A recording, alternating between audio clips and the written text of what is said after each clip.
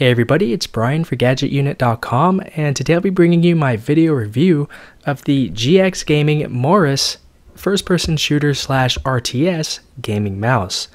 So I'd like to thank GX Gaming for sending this over to me for review, and if you're interested in picking this up for yourself, it retails for $50, although at the time of doing this video, it's listed on Amazon as $33.57. If you like Newegg, it's listed at $44.99. So this is a pretty basic sort of entry-level gaming mouse, and for me personally, I have noticed better gaming performance.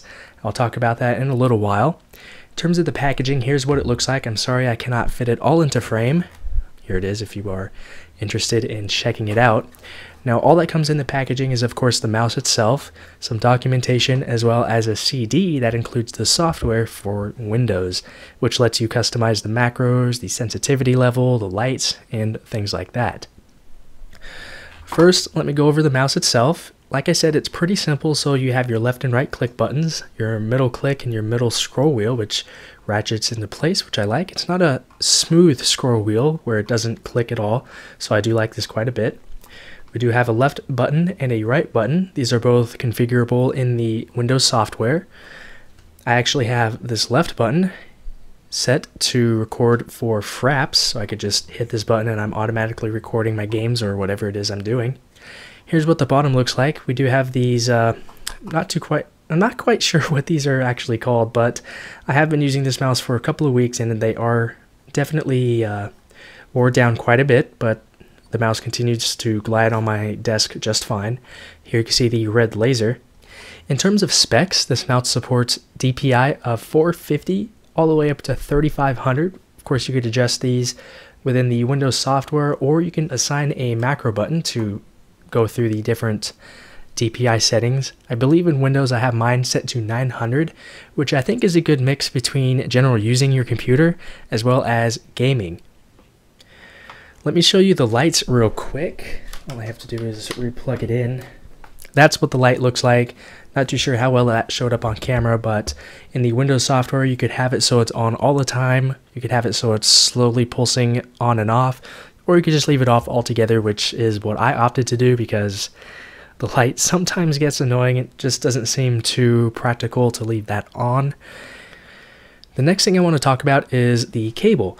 So it's actually quite long and it is braided, so it helps protect the cable itself, and it also helps with tangling up. So it's pretty difficult for the the cable to get tangled up, so that's good to see.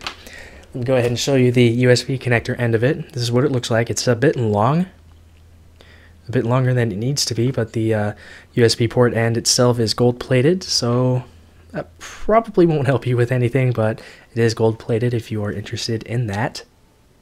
Now, the next thing that I would like to talk about is comfort. So my previous mouse that I've been using is just a standard Microsoft wireless laser mouse 5000. Compared to this is actually much smaller and it's much lighter.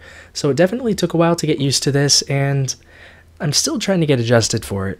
Personally, I would have liked seeing this mouse have a little bit of extra weight to it because it really is light. Sometimes you move it too much because there's not really enough weight to it, and it just seems a bit small for my hands. I would say that I have about average sized hands, and it just seems a bit small. It's not the most comfortable thing to use, but ultimately when it came to my gaming, it really did help in, for example, Call of Duty, where I'm trying to shoot somebody from a long distance.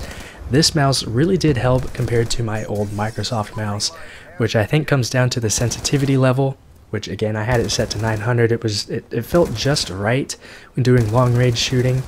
It didn't really help too much in a first-person shooter such as Counter-Strike, but it really did help with Call of Duty, and I'm very satisfied with it. My scores in Call of Duty Black Ops 2 have increased noticeably. Nothing major though, but I have noticed better gaming with this particular mouse.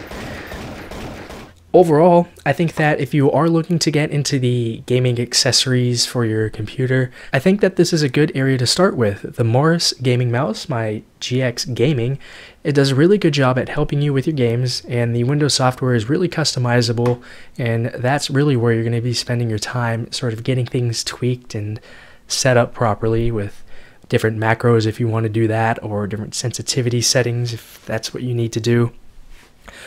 And it's actually priced fairly well. If you pick this up on Amazon for 35 bucks, that's a really good deal. I would not pass that up. And yeah, so that's it. If you have any comments, questions, or feedback about this or anything else, feel free to leave those down below in the comments area. So that's it with this video. Thanks a lot for watching, and I'll talk to you all very soon.